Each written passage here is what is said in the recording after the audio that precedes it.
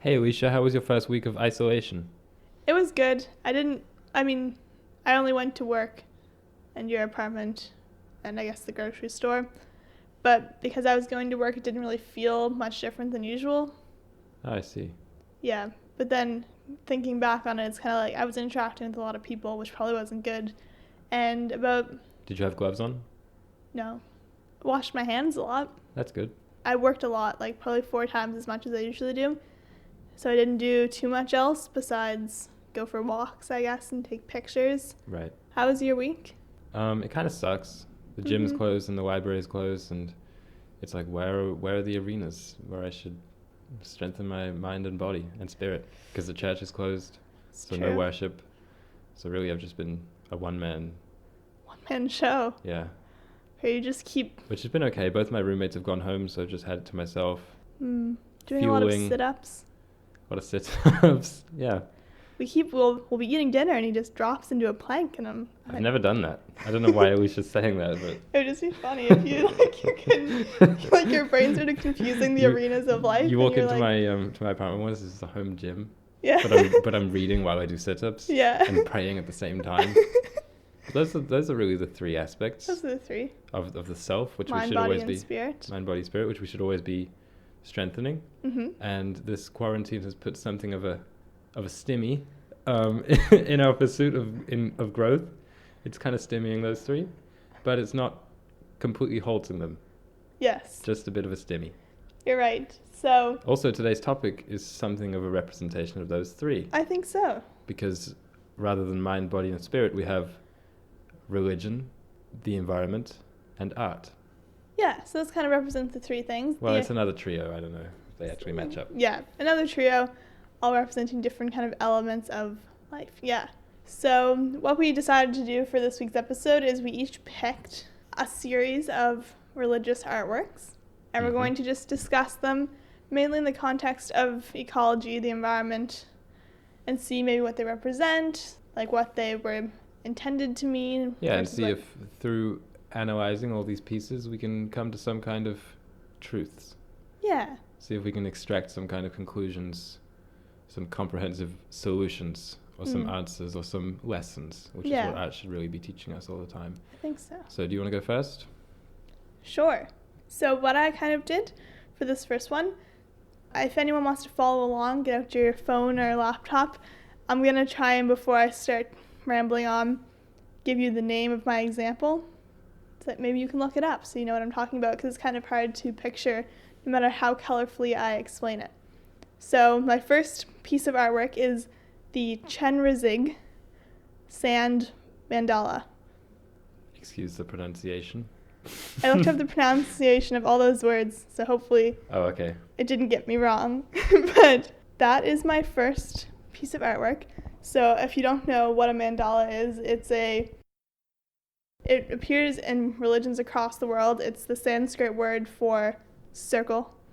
It's often associated with Buddhism, Hinduism, Jainism, and Shintoism. It's used to represent deities, and in some different religions or traditions, it's used as like a map or a guide to meditation. Interesting. So it's a lot of like concentric circles and patterns that are always, or for the most part, like in a pattern, so like they're repeating. Okay. And so it's kind of like to put you into a trance of meditation, or to represent how also in Buddhism is often Buddha is in the middle, and then like these patterns are kind of exuding from him, and it's to show how everything is connected. And so the reason I picked it is because I think it's very much inspired by nature. So like snail shells, and there's a lot of different plants that are they're like perfect spirals. And so I think that's why it appears in religions all over the world, most commonly in the ones I listed, but you look at any religious art and it's often concentric circles and stuff. I like that you mentioned that. It's a very concrete line from nature to art. Yeah. And another reason I picked it, and I picked this sand mandala as the example. So Tibetan monks, they're known for making the mandalas out of sand. So they spend a lot of time, like if you look up this image, it looks like it was painted or drawn with pencil, like it's so intricate, but it's made with colored sand. And they put all this effort into it but then they always destroy it at the end, like They blow mess it it all away? up. Yeah. And that's just to show the temporary nature of the material world. And I thought that was a really good environmental and spiritual kind of Yeah. thing. Because Especially environmental. I think so. I was watching a video today about a girl, or it's a girl who I always watch on YouTube, but she's a minimalist, and she was talking about the biblical foundation for minimalism, and it was just how, like, you're not supposed to store up treasures on earth, and you're supposed to store them in heaven. So, like, finding, like, not investing in the material world, and I never made that connection between environmentalism and that aspect of spirituality is, like, not investing in the material world, or storing up treasures on earth. And it's the same in this practice of making mandalas out of sand. I can go a bit more into about this specific piece. Yeah, for sure. Just some facts about it. It was created and exhibited at the House of Commons in the UK. It was made in 2008. So it was just like they came in, made this gorgeous masterpiece just for the 14th Dalai Lama was visiting.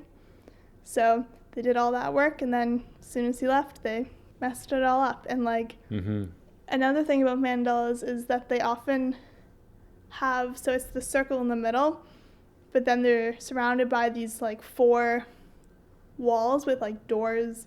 They're painted or drawn on like a square canvas. Okay. So it's a circle, then there's like these doors surrounding it going out to this external natural world.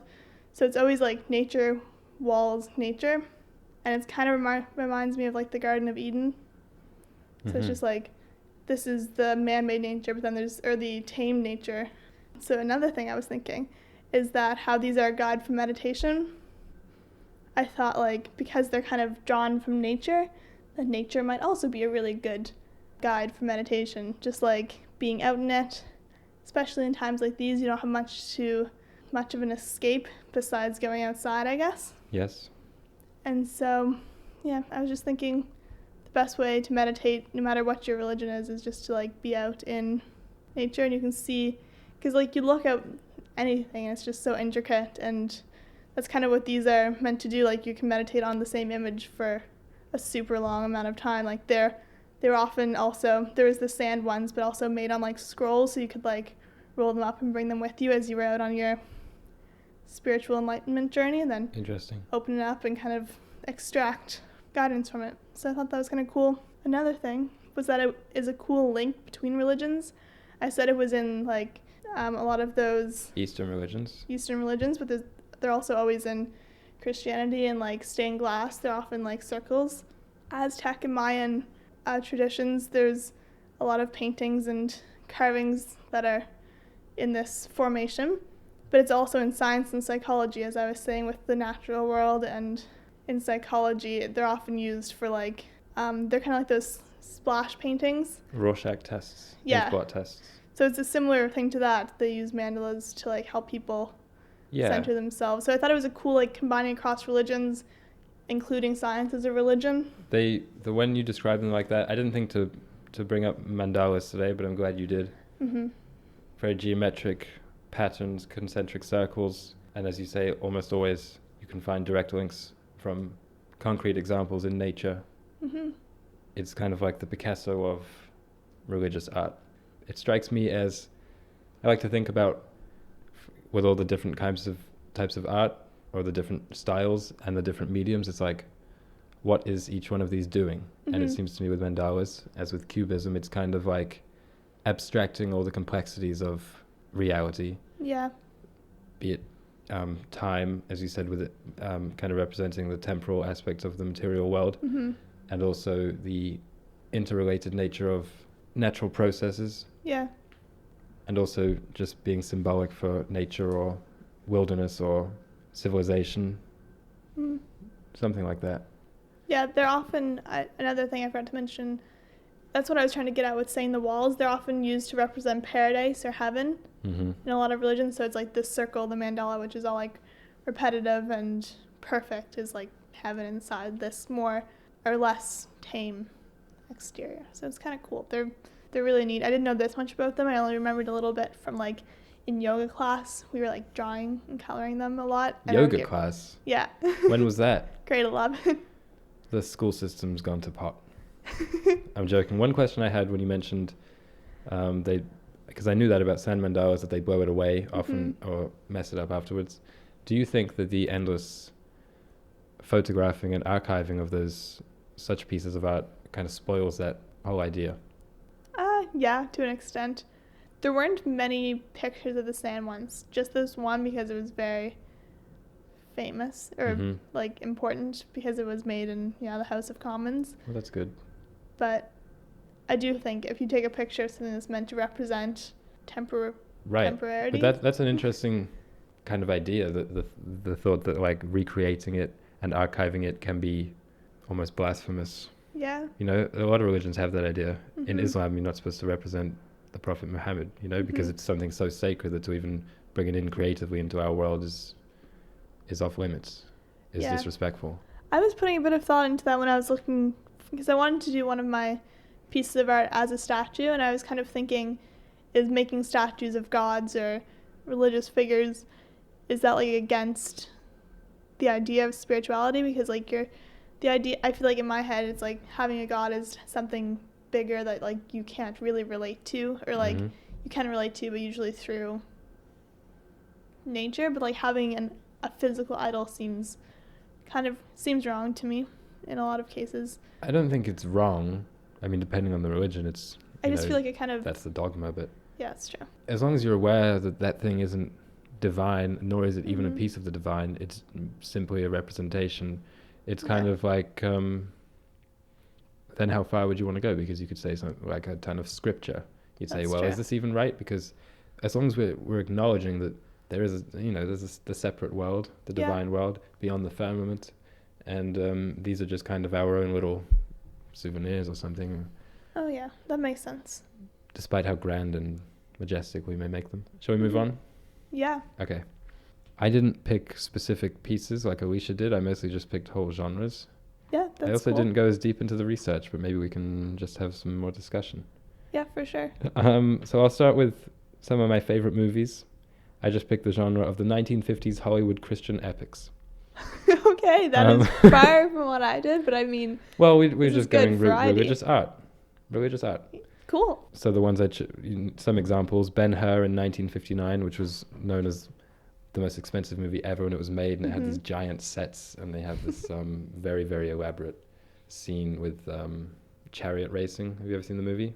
No, I think I've seen stills from that scene. From the sets. From the sets, yeah. Sets were giant.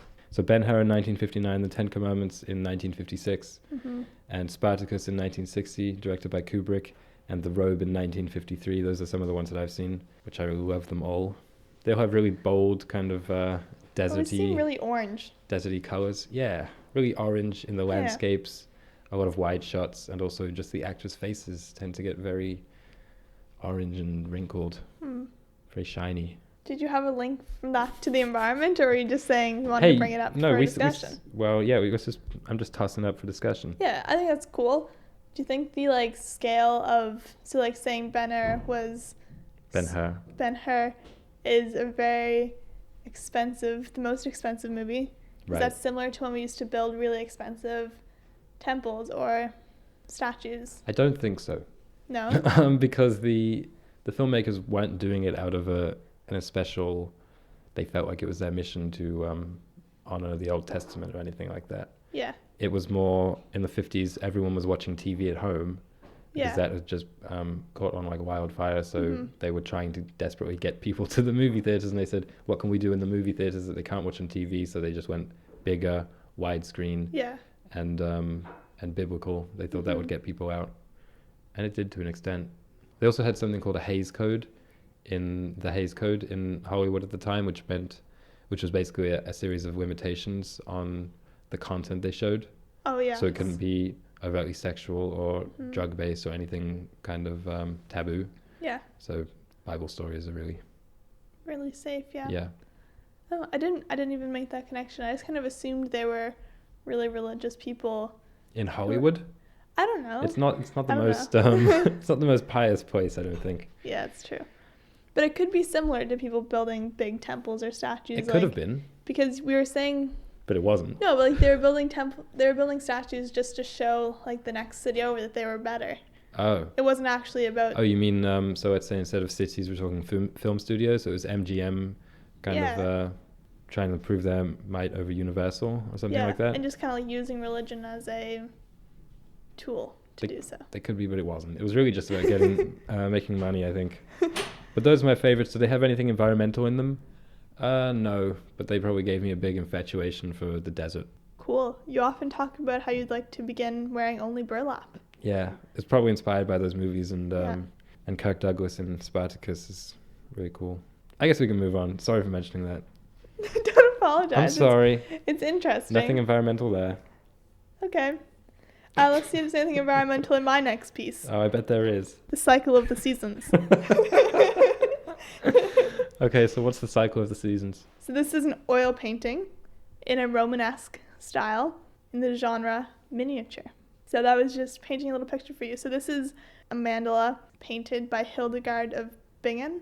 So she was a German Benedictine abbess, but she was a part of the church, and she is renowned for her insightfulness and the originality of her teachings.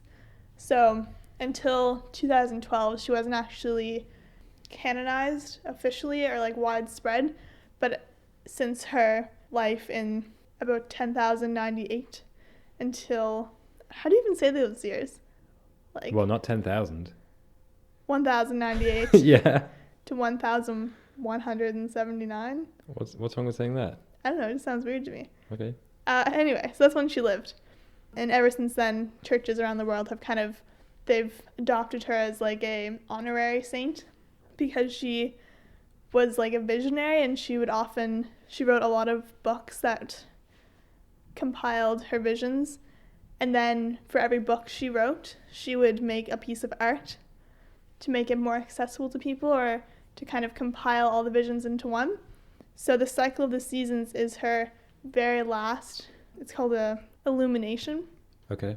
So it was an illumination from her last book of visions, which were expressing the interaction and the connection between all of God's creation. So she was saying, you were created by God, and so you are like holy, but so was nature. And so these 10 visions kind of express the need for cooperation among people and nature. So it was saying you need to be a steward.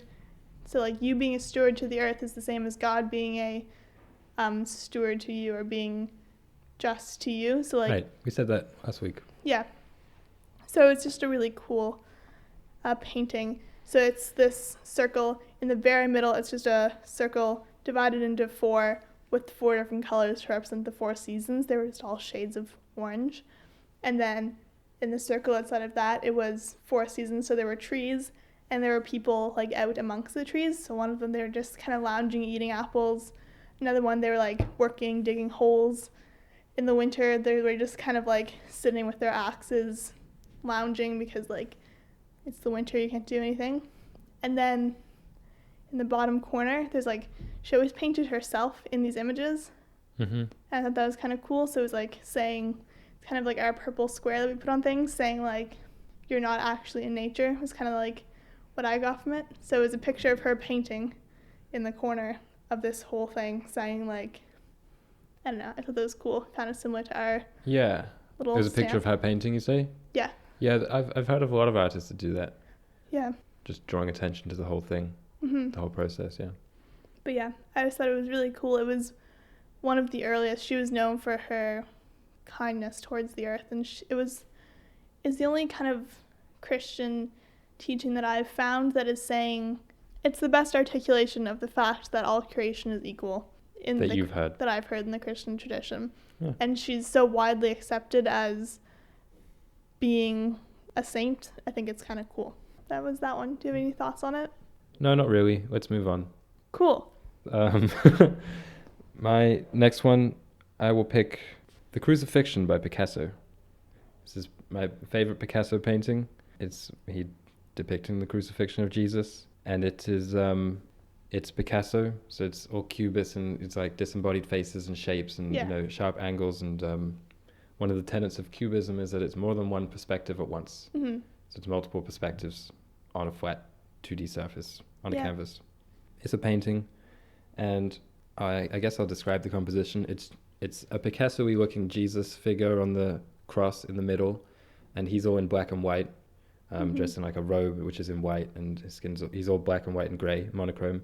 And then all around him in the rest of the frame is just these really bold reds, oranges, yellows, greens and blues, and other faces. And there's a ladder with one of the Roman generals, I guess, nailing him to the cross. And Jesus's hand with it shows the nail, is in color, but the rest of his body's all black and white, which I find interesting. Yeah.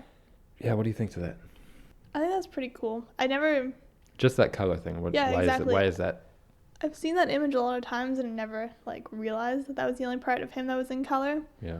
I feel like I'm just spitballing here, but perhaps the entire story of Jesus could be like reduced to just the nail going into his hand, because I feel like hands are the most human thing. Like, we're the only creatures that have. Right, and he was a carpenter.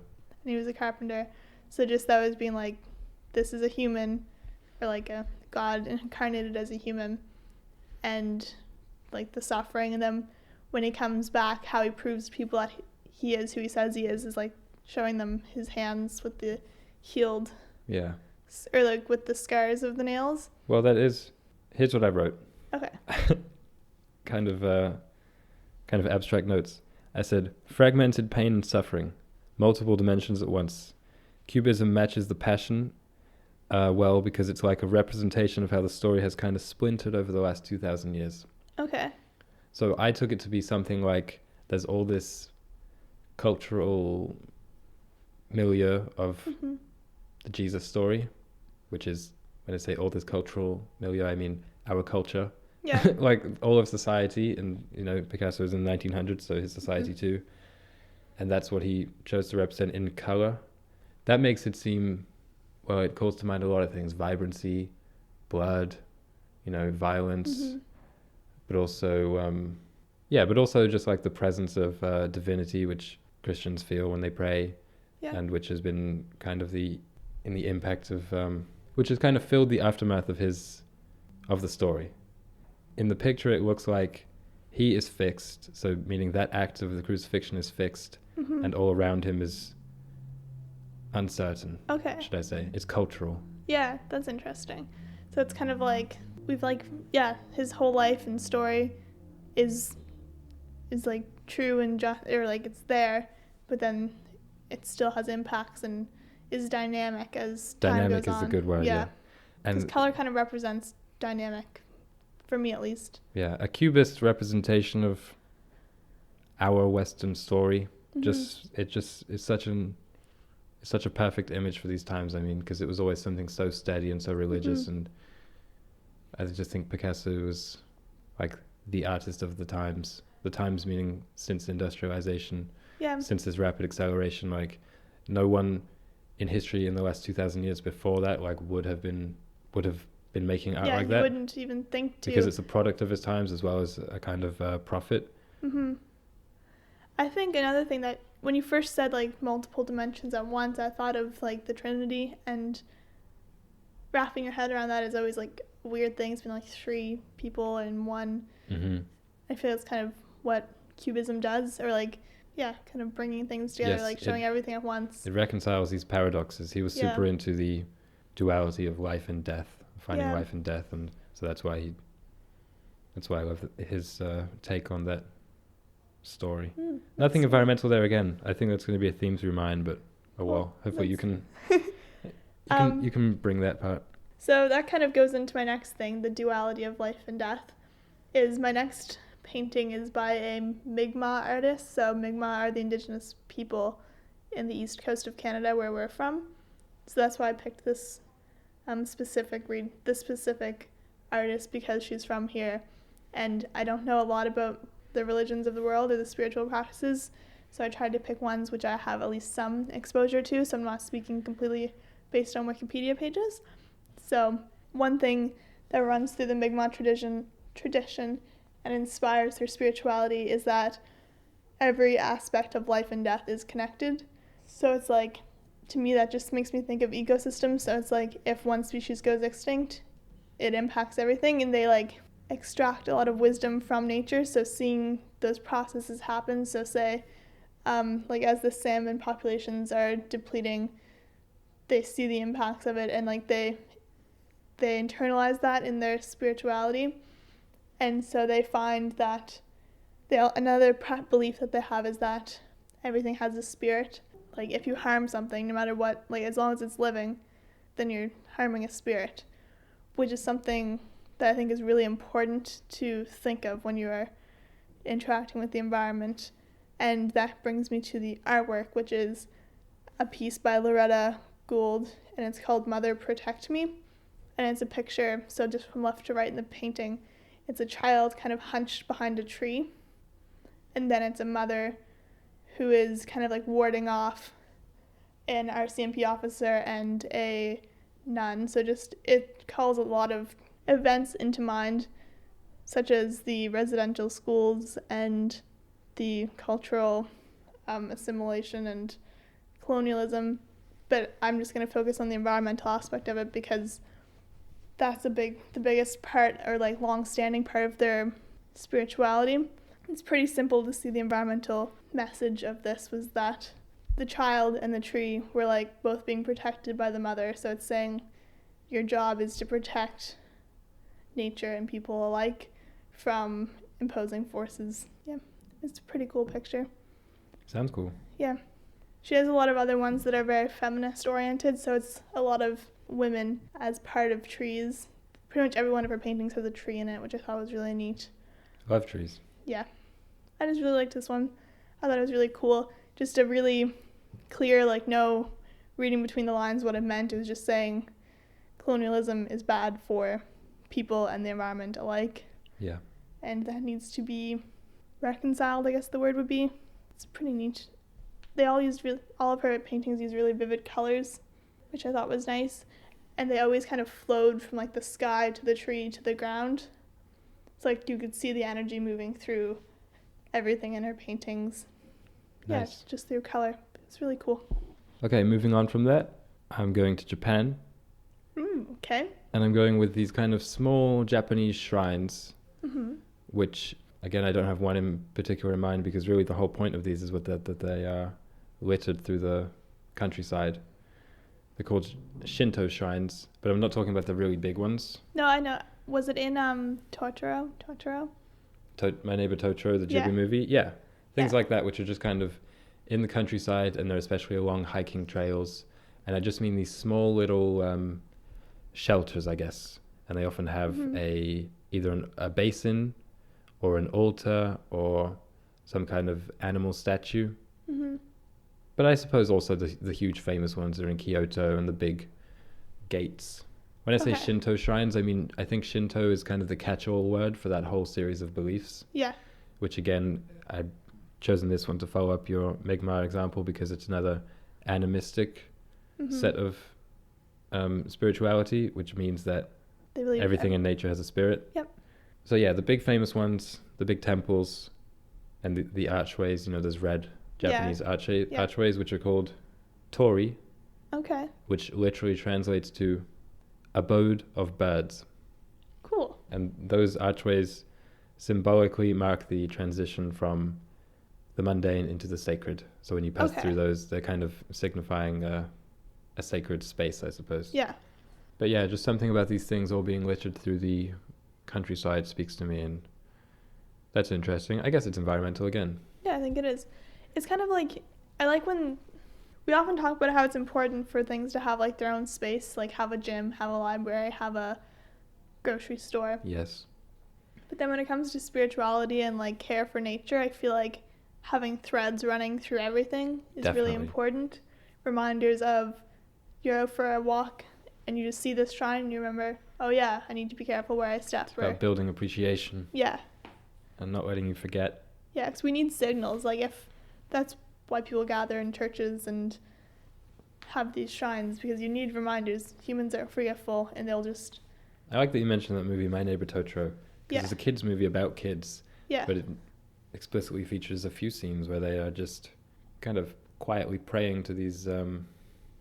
nature shrines. To the nature spirits. Yeah. And also one of the key threads of the movie is this big tree which they are praying to, literally, at one point in a kids movie, and it's like we'd never see that in the West at all. Yeah.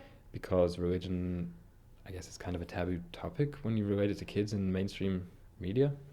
Yeah, but the thing with Shinto is it's not a.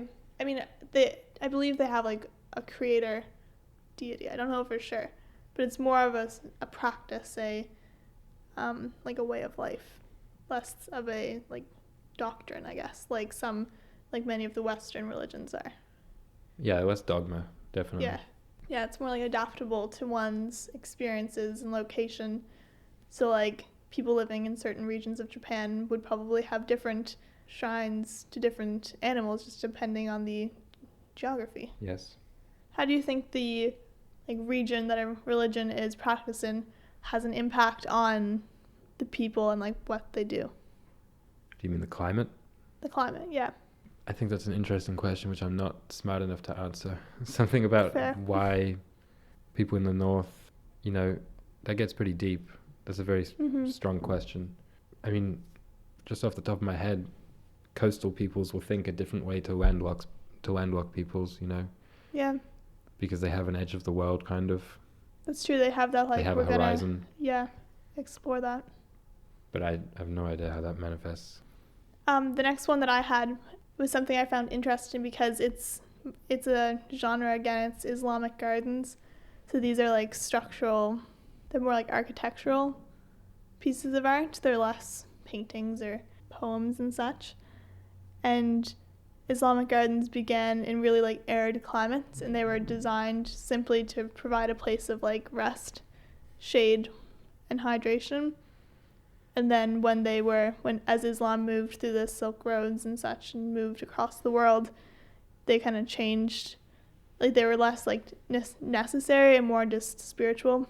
So I didn't look too much into it, but it was an example of how the climate shaped this tradition of building these gardens, which were really shady. And they always had like running water in them. The Quran does use a lot of allusions to gardens and talks about how gardens are an example of heaven or paradise that is promised to all believers. And that's why in Islamic gardens they're a place of rest and contemplation, whereas with like if you think about a English garden or like a Western garden, it's something you usually like walk through. That's what this article I was reading said. But do you think walking versus like sitting, do you think that actually has anything to do with like not like I didn't think it had much difference. Like I thought you could be like I just don't know if that's true. Yeah. I don't know if I don't know if that's a real cultural distinction, that in the West we walk through gardens and in the Middle East they sit in them. Yeah. But if it was, it would just be because of the temperature. Yeah. I also just mentioned as a big generalization, Islamic architecture. Okay.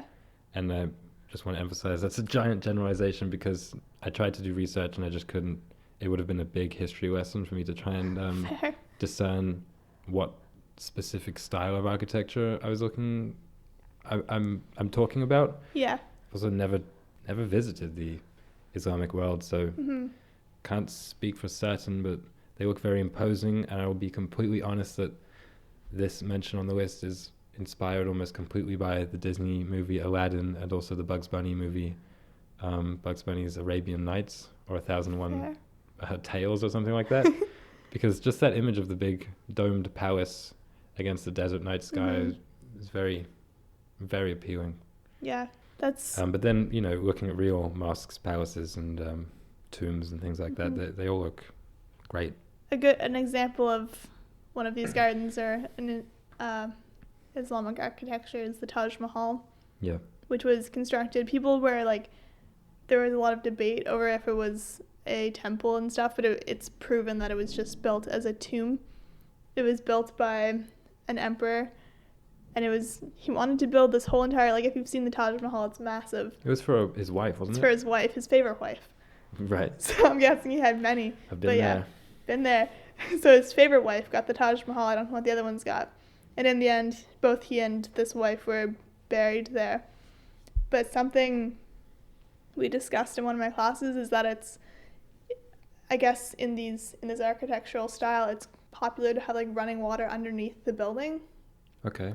So there's like a cavern with like groundwater running through it, but because of erosion and like the water being acidified, it's starting to like collapse. Why was that popular? I don't know. That's fascinating to me.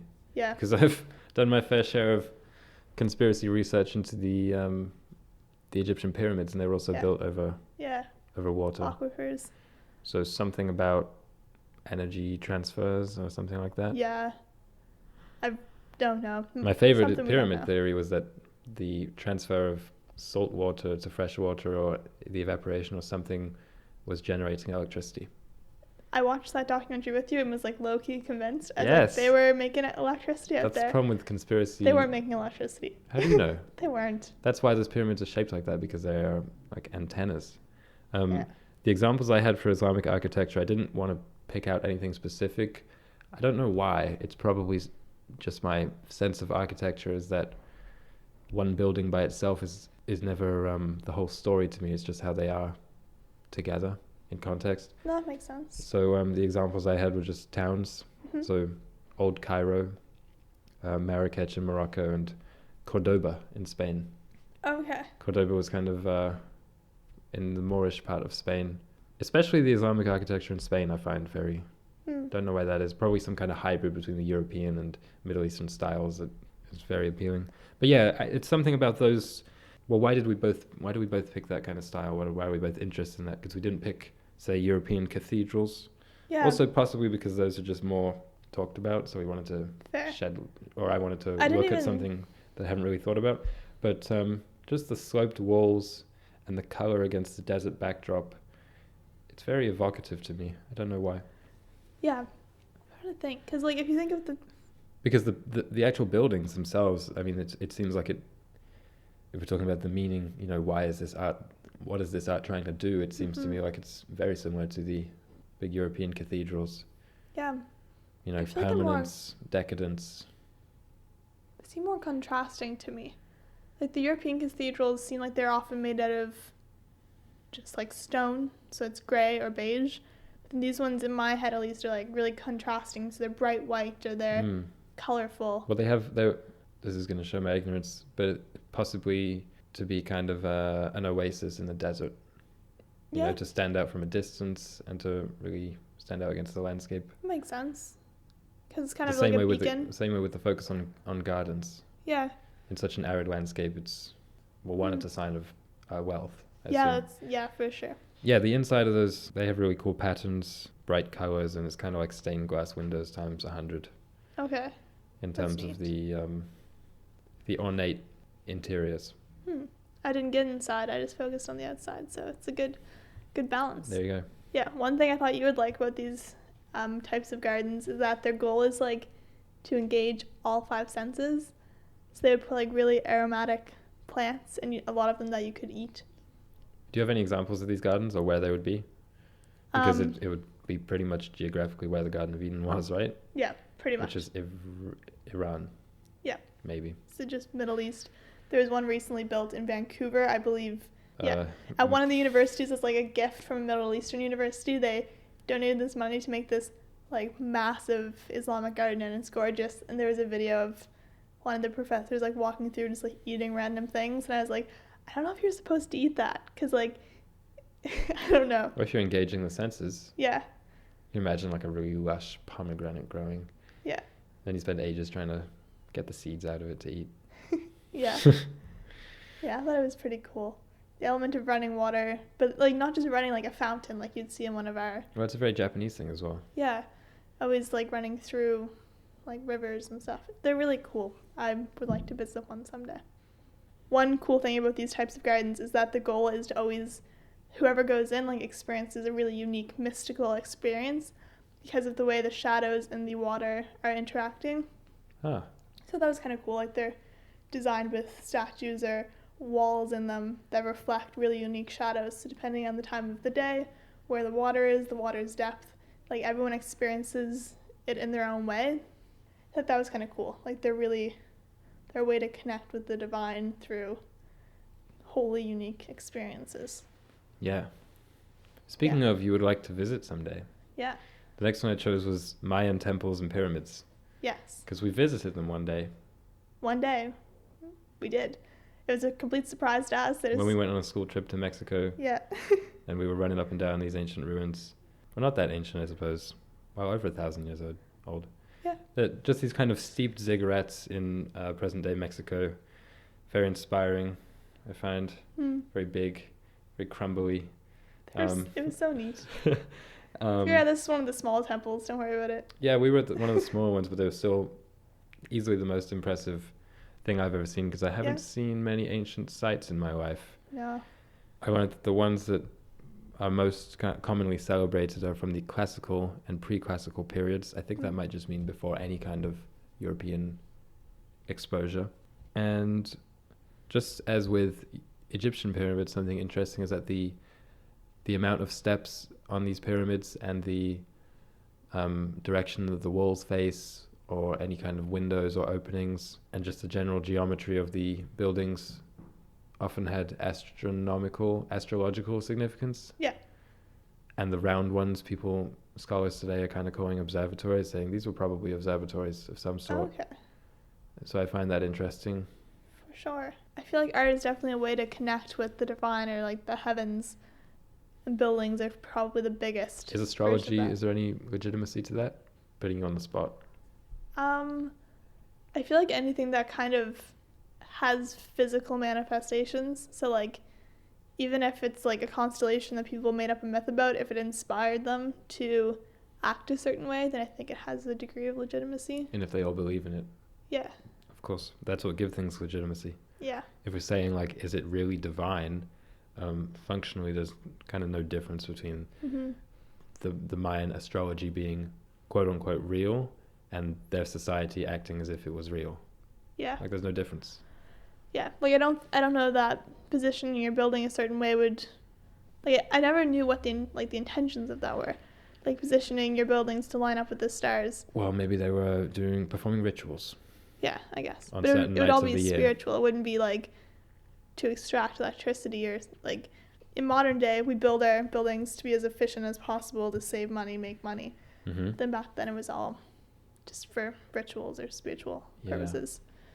That just popped into my head. I once saw a really cool concept, like a photo recreation of a Mayan ritual where someone was standing on top of one of these temples, pulling the heart out of a sacrifice.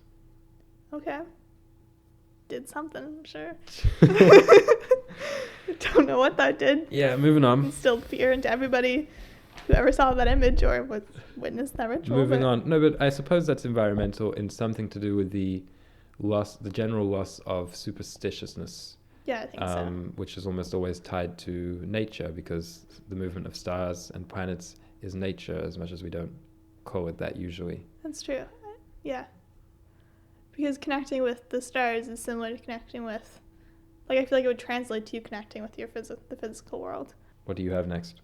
I'll go with, so my next thing is the Lichen Giant Buddha. So this is a 71-meter tall Buddha constructed in Sichuan province in China.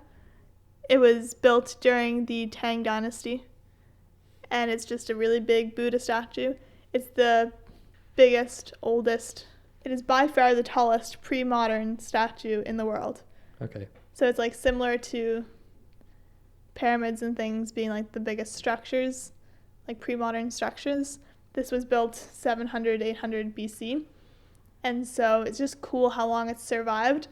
And I was looking into like the reasons why it hasn't eroded like a lot of those other giant statues that were like considered wonders of the world. And it's because they constructed this whole system to prevent it from eroding. So there's like gutters like in his ears and in his like in behind him and stuff. Very clever. And the reason I picked this as a topic of discussion was that 3,000 years ago they were building this thing and they wanted to make it last. So they even thought about the physical climate impacts that would be had on it. But then even though they prepared for that, and even though it's never eroded due to just like rain because of these systems, recently it's begun to erode due to acid rain, air pollution, people just like walking on it, and like people's impact on it. So I thought that'd be an interesting thing, allusion to draw to how the environment isn't causing people to, how like the man's impact on the climate is what caused the climate to hurt this statue. And so I think man's impact on the climate is going to cause irreversible damage to society and erode religions and like the things that kind of tethered us together. So you're saying it's a pretty straightforward metaphor. Yeah. Yeah, I mean, the thing I would say is that, how old is it? 3,000 years old. So it was going to erode. Yeah. At some point, as the climate was going to change by itself anyway. It's true. You could say man's impact is accelerating those things definitely, but not causing them solely. True. And also, if it's by human feet on it, as I'd imagine, that's a pretty big impact. Yeah. That's not our kind of climate influence. It's just us. Our population boom and our tourism. Yeah. And our propensity to touch rather than just look. Yeah. I feel like it's just kind of... All of which are still modern conditions. Yeah. But it's not all just our emissions. Yeah, but I mean, like, I think it's... I imagine up until recently, seeing that, you wouldn't go and touch it. You wouldn't... I don't know. I think people always probably would have wanted to. It's just they weren't traveling on the thousands to see it every day, or however many people are going to see that. Yeah, I don't know. That's just a function of the globalized world, where you can see that on Google and say, one day I want to visit that. Yeah, exactly. Maybe we're contributing to the whole problem by doing this episode. Who knows? Yeah, don't go see these things. Just look them up on Google. Especially don't go see them nowadays. Stay home. I didn't have a concrete idea about what this was, but I was just kind of interested in how there are provisions built into it to safeguard it from damage. Like provisions built into religion to safeguard it from human meddling. But then somehow we manage a way to meddle into even religions which are supposed to be divine. Good point. I guess playing devil's advocate, we could say it's a 3,000-year-old set of precautions, which simply is 3,000 years old and is kind of outdated now. But no, good point. Yeah. Sticking with statues, my next one is very broad and it's just ancient Greek statues/sculptures. Okay. There were 3 major stages in the sculpture of bronze and stone. Archaic, the oldest. Okay. Then classical from about 480 to 230 BCE. Then Hellenistic, the newest, from about 300 to 44 BC. Okay. And I think the classical poses were characterized more by their depiction of pathos, sympathetic faces. Even if it was a victorious pose, the faces were often very soft. Very soft. And then the Hellenistic period is characterized by more kind of victorious and bravado expressions, moving away from the classical face, probably just as the Greek culture kind of traveled around and grew in reputation and imperialism or something like that.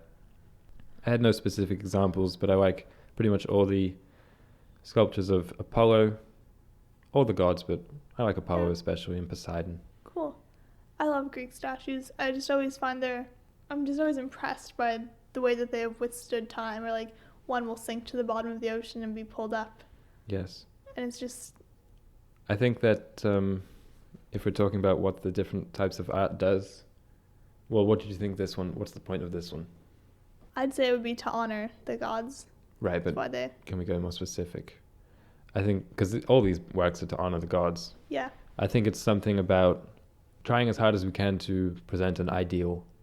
So all the gods were various kinds of ideals. So Zeus, probably the epitome of manliness. Yeah. You know, Athena, wisdom. Ares, military instincts. And no, that makes sense. Yeah. To have some kind of... Because it's like you can preach, this is the ideal, this is how you should act. But having something like a statue to look at and say, I want to be that strong, I want to be that wise. Yes. Yeah, that's...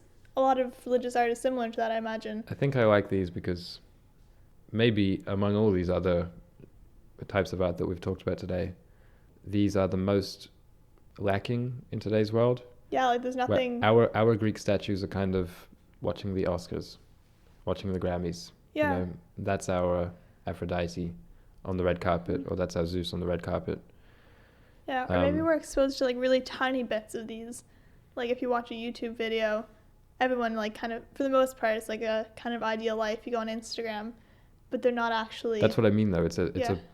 the Greeks were representing it through stone, immortalizing it as kind of, well, this was on Olympus. These were their gods, and what you just said is what we aspire to now, is the most worldly kind of perversions of that idea.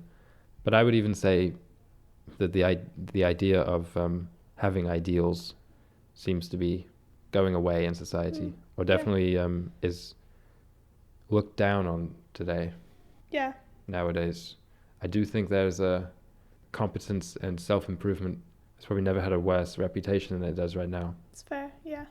People don't want to be told what they should aspire to or anything like that. Yeah, they want to find their own most niche thing. Well, I think they just want to be comfortable being who you are, which is, there's definitely an ethical basis for that. There's two extremes, and the one extreme is a very oppressive society which says you must be like this. Yeah. And there's the other extreme, which is the complete opposite, ultra lax, saying there are no standards, anything goes. And I really think there's an in-between which we've kind of shot right past, and we're going too far towards the no standards kind of thing. Yeah. And the statues for me represent having standards. Yeah. Not bodily standards, not superficial stuff. They all stood for a moral or a virtue. Yeah, like Apollo was youth, so it was represented in his statues as, the youthful chorus, it was called. Yeah, is there anything environmental there? I don't think so.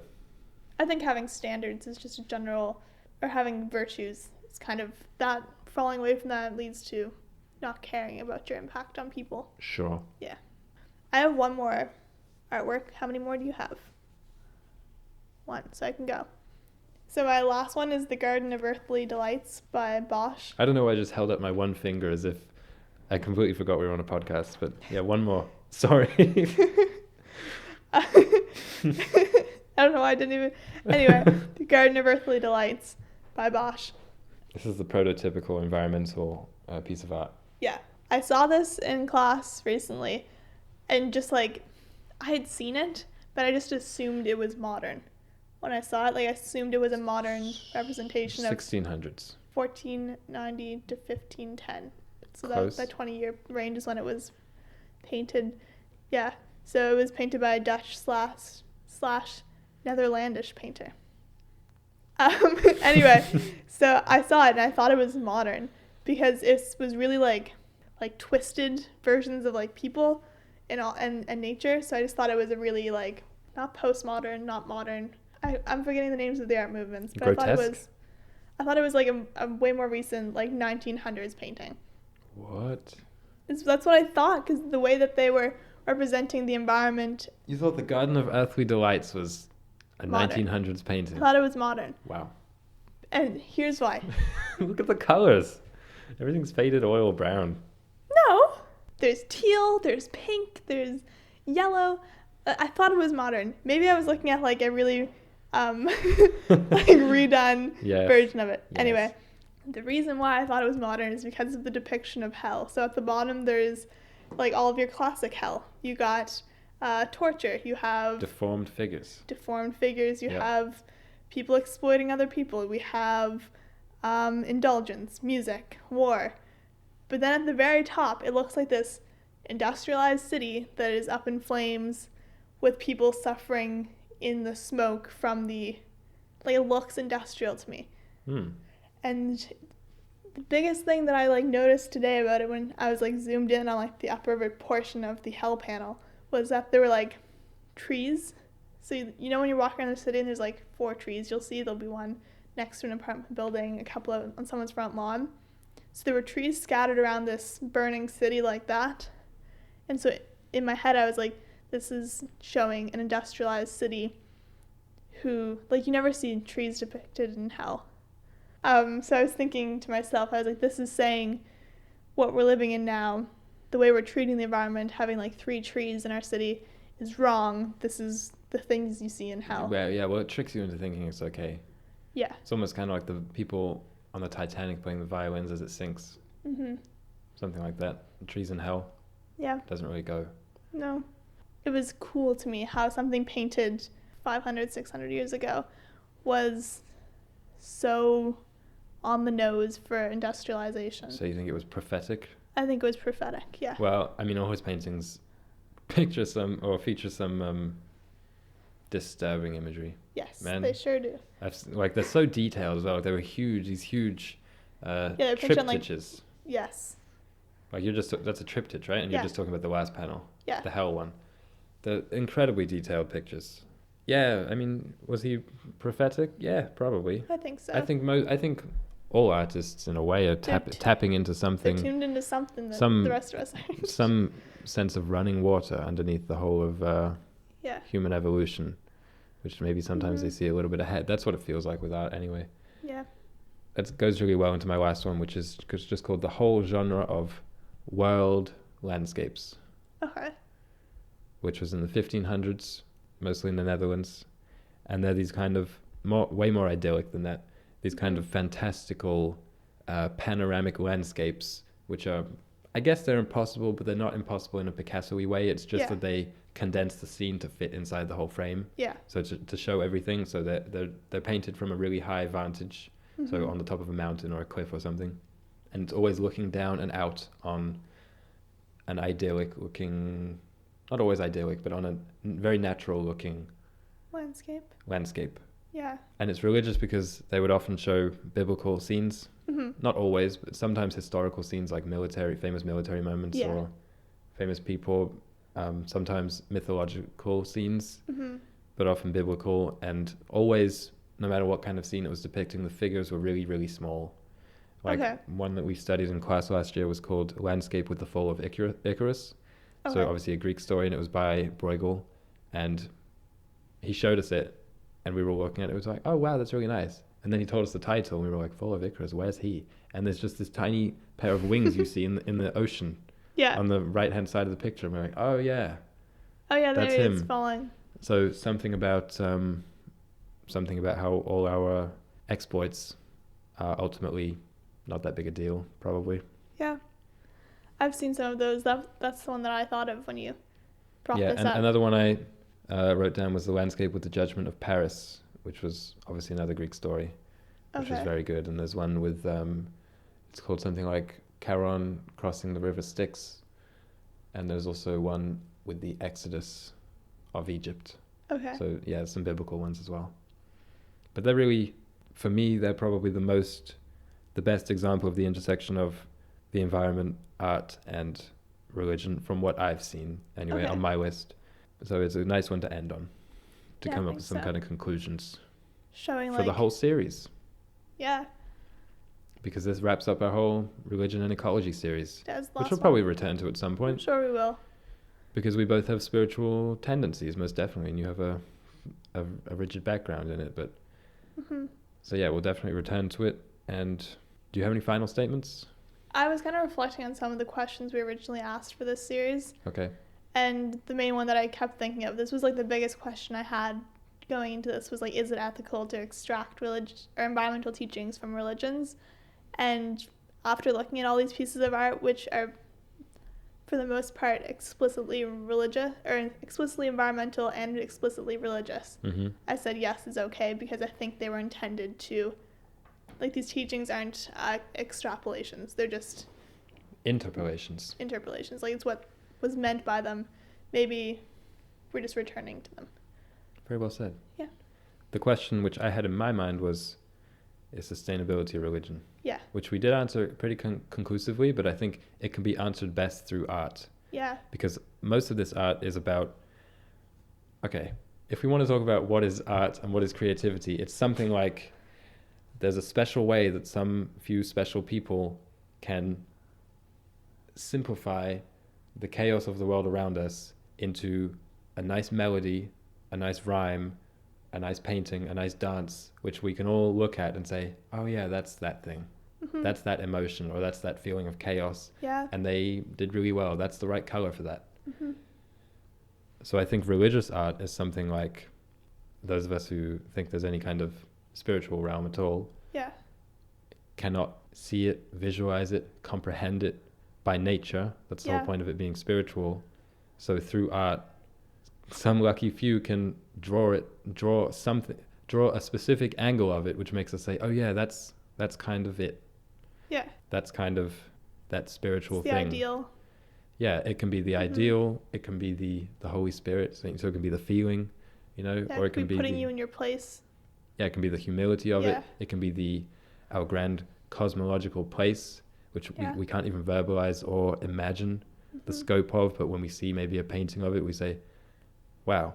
So speaking environmentally, it's something like last week or 2 weeks ago, we asked, when we talk about a paradise, an ecological paradise that is, where humans aren't degrading the environment, is that actually possible? And we said, well, maybe when the population stabilizes. Yeah. But it seems to me, not in a really pessimistic way, but it seems to me that's not possible. It's not possible to reach that, just in the way that it's not possible to reach the divine. Yeah. You know, it'll always be out of reach. But all we can do is strive for it. Yeah, but that doesn't mean it's not worth striving for. That's the whole point. We strive towards bettering ourselves, being kinder always, being more ethical, striving towards divinity. That's what that is. Yeah. Can we live a more peaceable life? That's kind of what it is with an ecological paradise and with nature. Yeah.